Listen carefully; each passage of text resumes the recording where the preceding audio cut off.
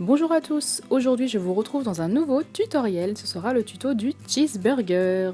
Si ce tutoriel vous intéresse et que vous voulez apprendre à le faire, restez avec moi. Alors pour commencer, je prends mon mélange habituel, à savoir du blanc, du translucide à part égale et un peu de pâte ocre. Et je viens tout bien mélanger correctement, puis je vais créer une boule que je vais aplatir petit à petit. Qu'il faut laisser comme ceci avec un haut arrondi pour vraiment avoir l'aspect du cheeseburger. Ensuite, je vais prendre du masking tape, mais du scotch fonctionne aussi. Et je vais donc en couper une lanière, donc assez fine.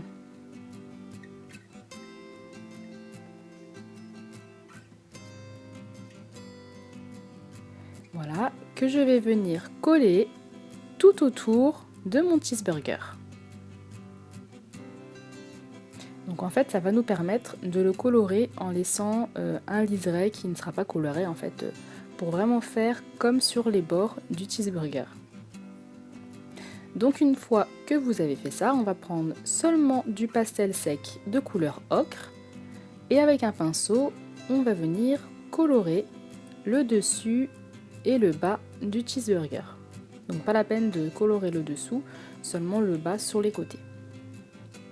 Donc vous colorez jusqu'à avoir vraiment la teinte que vous souhaitez.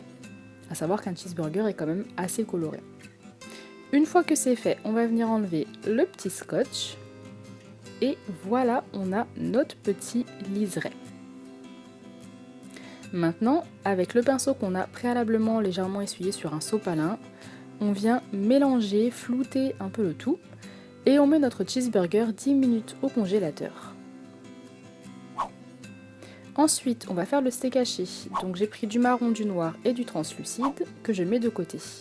Pour le cheddar, du jaune et du translucide avec un petit peu d'orange. Et les oignons, du translucide et un tout petit peu de blanc. Le ketchup, c'est du rouge, un petit peu de marron et du translucide. Et pour les cornichons, du vert et du marron. Donc c'est du vert un peu anis. Donc je vais passer aux cornichons, donc je vais prélever un petit bout de mon mélange que je vais mélanger à de la pâte translucide pour faire l'intérieur de mon cornichon. Ensuite avec la pâte qu'il me restait, donc que je n'ai pas mélangée, je viens l'entourer, donc je vais créer une canne vraiment très rapide pour faire un cornichon. Et tout simplement ensuite je vais couper des tranches. Donc vous coupez tout simplement le nombre de tranches que vous souhaitez et ensuite on vient tout doucement les mettre en forme. Donc on le verra pas en entier, on le verra vraiment qu'un petit peu, donc c'est vraiment pas la peine de vous embêter à faire une canne cornichon hyper bien faite. Ensuite je vais continuer à texturer légèrement avec une petite brosse à dents. Et donc ensuite je sors mon petit cheeseburger du congèle. Et je vais venir le découper en deux. Donc l'avoir mis au congélateur, en fait, ça permet à ce qu'il soit plus simple à couper. Donc voilà, ensuite je vais m'attaquer au steak haché. Donc je vais aplatir ma pâte. Et je vais la faire à peu près, enfin je vais essayer de la même taille que mon cheeseburger. Donc je le pose dessus pour voir un petit peu. Et donc je vais le texturer. Donc pour cela, tout simplement, je prends du papier aluminium que j'ai bien froissé entre mes doigts et puis je viens texturer comme ça mon steak haché. C'est aussi simple que ça.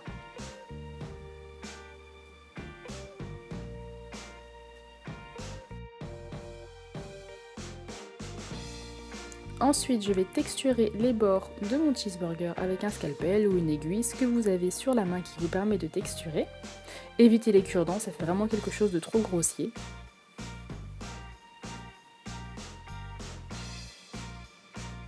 Ensuite, je viens y poser mon steak haché.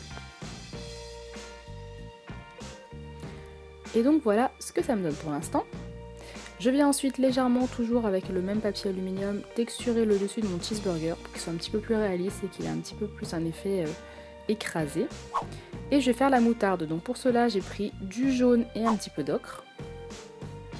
Et mon ketchup. Donc la recette pour faire des coulis est en barre d'infos. Je vous invite vivement à la regarder.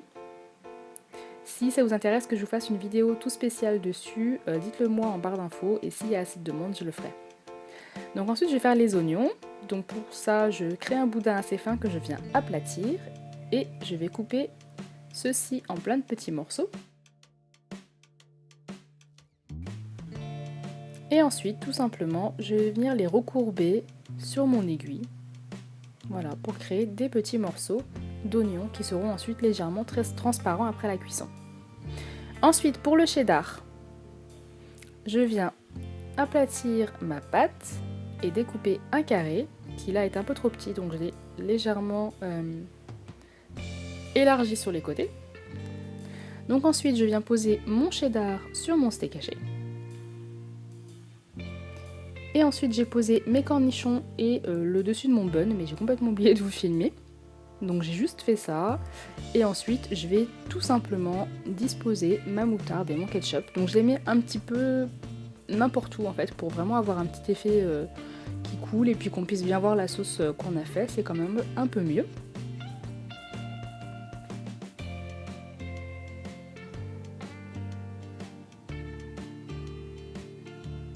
Donc je mets la moutarde et le ketchup.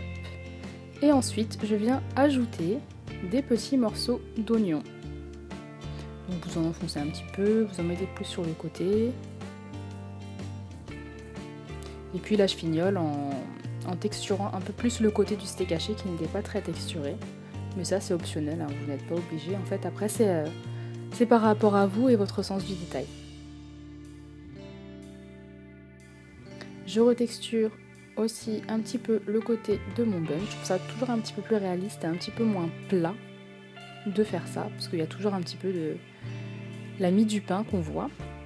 Et donc voilà, j'ai terminé mon petit cheeseburger. Donc je le mets 30 minutes à 110 degrés au four. Et ensuite, je viens légèrement remettre de la coloration. Donc là, j'ai pris de la peinture acrylique ocre pour recolorer un petit peu, parce que je trouvais un petit peu pâle. Et ensuite, vous pouvez vernir le fromage, la sauce, le steak haché un petit peu à certains endroits, et vous aurez terminé votre petit cheeseburger. Voilà, j'espère que ce petit tutoriel sur un petit cheeseburger tout mignon vous aura plu. Je vous dis à la prochaine pour un nouveau tuto. Bisous bisous.